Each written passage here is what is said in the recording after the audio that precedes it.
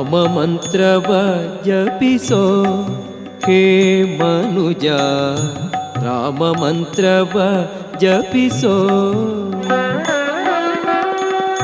ಆ ಮಂತ್ರ ಈ ಮಂತ್ರ ನೆಚ್ಚಿನಿ ಕೆಡಬೇಡ, ಆ ಮಂತ್ರ ಈ ಮಂತ್ರ ನೆಚ್ಚಿನಿ ಕೆಡಬೇಡ. ಸೋಮಶೇಖರ ತಂದ ಸತಿಗೆ ಬೇಡಿದ ಮಂತ್ರ, ರಾಮ ಮಂತ್ರವ ಜಪಿಸೋ ಹೇ ಮನುಜ, ರಾಮ ಮಂತ್ರವ ಜಪಿಸೋ.